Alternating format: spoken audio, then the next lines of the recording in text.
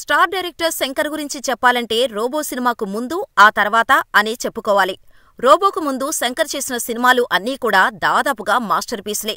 కానీ రోబో తర్వాత చేసిన 3 ఇడియట్స్, రీమేక్, రోబో 2.0, ఇండియన్ 2 శంకర్ను డౌన్ ఫాల్ చేశాయి. ముఖ్యంగా ఇటీవల వచ్చిన ఇండియన్ 2 శంకర్కు గట్టి దెబ్బేసింది.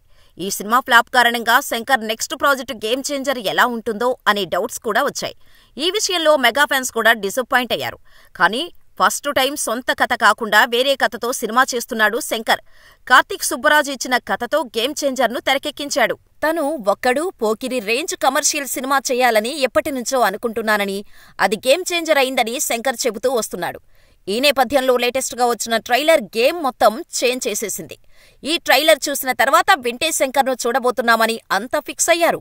అదిరిపోయే విజువల్ ట్రీట్తో శంకర్ రేంజ్ పొలిటికల్ డ్రామాగా గేమ్ చేంజర్ రాబోతోందని ట్రైలర్ చెప్పేసింది. మొత్తంగా ఈ ట్రైలర్కు యునానిమస్ రెస్పాన్స్ వచ్చింది. అంతకుముందు ఎక్కడో కొన్ని అనుమానాలు ఉండి ఉండొచ్చు. కానీ ట్రైలర్ చూశాక ఆడియన్స్లో అంచనాలు పీక్స్కు వెళ్లిపోయాయి. కాబట్టి ఈసారి శంకర్ సాలిడ్ కంబ్యాక్ ఇచ్చినట్టే. అయితే ఈ సినిమా విషయంలో మొదట్లో ఓ స్టార్ హీరో రిజెక్ట్ చేశాడనే న్యూస్ ఒకటి వైరల్గా మారింది. వాస్తవానికైతే గేమ్ చేంజర్ కోసం ముందుగా పవర్ స్టార్ పవన్ను అనుకున్నాడు శంకర్. కానీ అంతకంటే ముందే కోలీవుడ్ హీరో విజయ్ని అనుకున్నాడట శంకర్. కానీ అప్పటికే ఈ ఇద్దరి కాంబోలో వచ్చిన 3 ఇడియట్స్ రీమేక్ ఆకట్టుకోలేకపోయింది.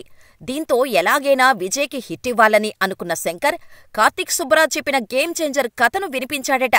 విజయ్కు కూడా కథ నచ్చిందట. కానీ ఎందుకో వర్కౌట్ కాలేదని టాక్. ఇందులో నిజమెంత అనేది తెలీదు. కానీ ఫైనల్గా ఈ ప్రాజెక్టు దిల్ రాజు చేతికి రావటంతో Ram Charan real game changer అయ్యాడు.